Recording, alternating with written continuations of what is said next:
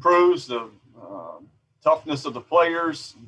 We got to get through to our guys, how important it is to be ready to match people with their enthusiasm and focus, and because it's going to be a grind from here on out. Questions?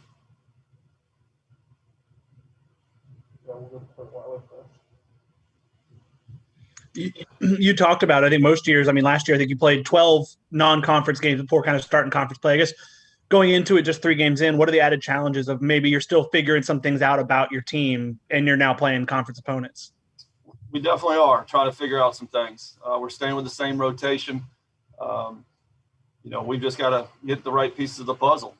Find the guys that can do it when the lights come on, and big, more intense games, if you will.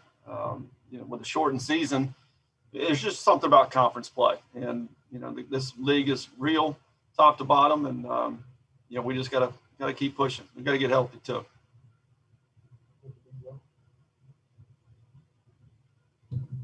Meet, you and Mike Bell have been friends for many years. In fact, I think you recommended that your dad hire him as pitching coach here. So you know a lot about each other. Is that an advantage or a disadvantage when you go head to head? Disadvantage, I would say. He knows a lot of the tendencies that we have in the program, and certain times we like to do this as far as putting pressure on, the opposing team.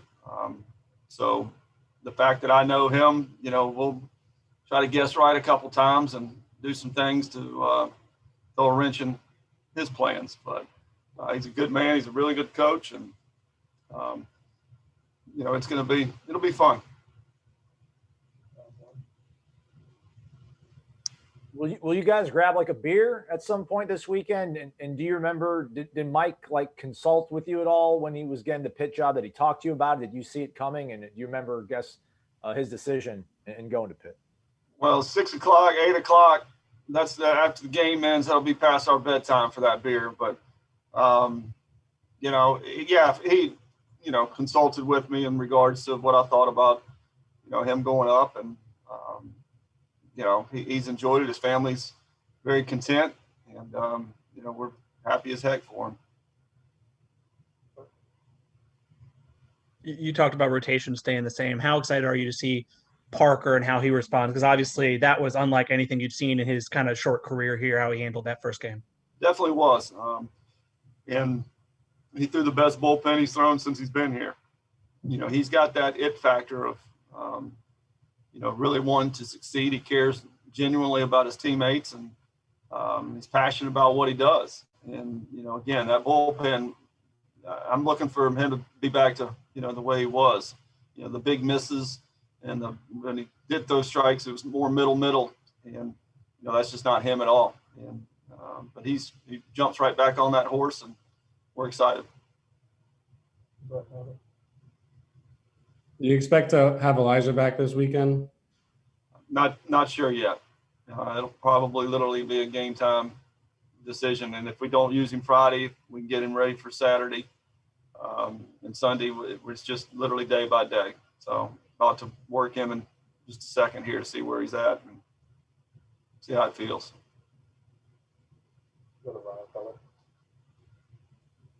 Hey, Coach, wanted to ask something a little off topic, but currently working on a story about one of the original Batgirls from 1971, and just wanted to ask, haven't been able to go to the ballpark yet, but has the Batgirls tradition been able to endure this year with all the protocols and all that? And as a follow-up, I know it was very, very important to you to keep as many Seminole baseball traditions going this season. Just what has that process been like? They're still involved. They're not tested like we're tested, so they can't be around in the dugouts and some of the things that they used to be able to help us out with. But the Batgirls, they're invaluable. There's so many things that they do and helping with functions that we have and recruiting, and there's all sorts of things that go into how they benefit us. And I wouldn't know her 1971. I wouldn't. I'm old, but I wasn't born yet. Going back to last weekend, just how was it to see Kyle McMullen get on the mound and some regular season action after the injuries he's battled since he's been here? Yeah, he's one of the special guys, that, like Chase Haney. It's probably why they're really good buddies. They always say the right thing at the right time, and one of the favorites on the team. And he's been through an awful lot, to get back to where he could get on the mound and compete. And I was really excited for him because it's been a long time coming. It's been almost 2 years, and he had some setbacks and kept pushing. And we're really great. He's a great teammate, and hopefully he can get that velo back and landing that breaking ball for a strike. And the changeup's always been a plus pitch, and he's making great strides. Just to follow up, Meat, you said it. You're not someone you'd know, but this is a 50-year tradition to a 75-year program. You've been around Seminole baseball a long time. 11's been around Seminole baseball for a long time. The fact that this program has such standards and has such traditions that even go past you and your father, just what does that say about the specialness of the traditions of Seminole baseball?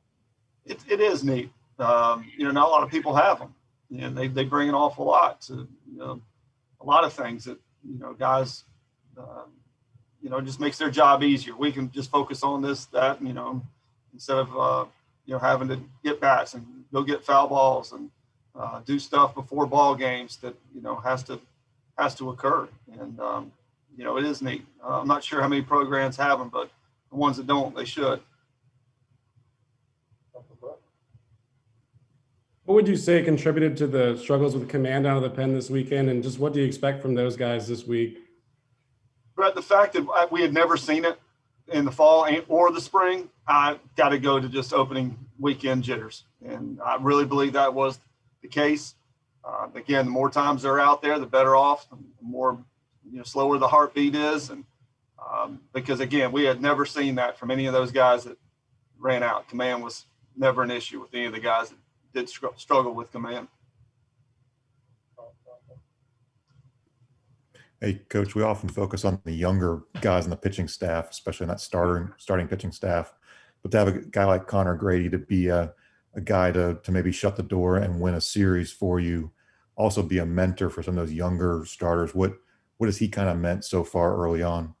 There's your slow heartbeat. And he's starting to take some of the leadership role as well. And it was exactly what we needed on Sunday to get us off to a good start. And, like I've always said, I use the guys as examples. We can all learn from each other when I'm addressing the team. And, there's one right there that he's not, you may hit him, but he's not going to beat himself. He's not going to go, 2-0, 3-1 and, consistently go to full counts, and he's going to do his thing. And if you hit him, okay, well, I'll be ready to go for the next one. And he's invaluable in that role.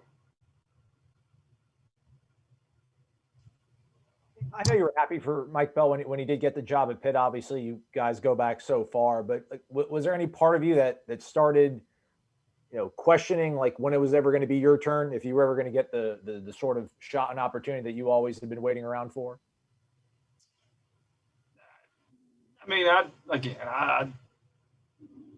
always thought I would be a head coach, strive to be a head coach. The timing of it, that was, I wouldn't have gone to Pittsburgh. There's some places that I wouldn't, have gone, but, again, he's got to do what's best for his family. And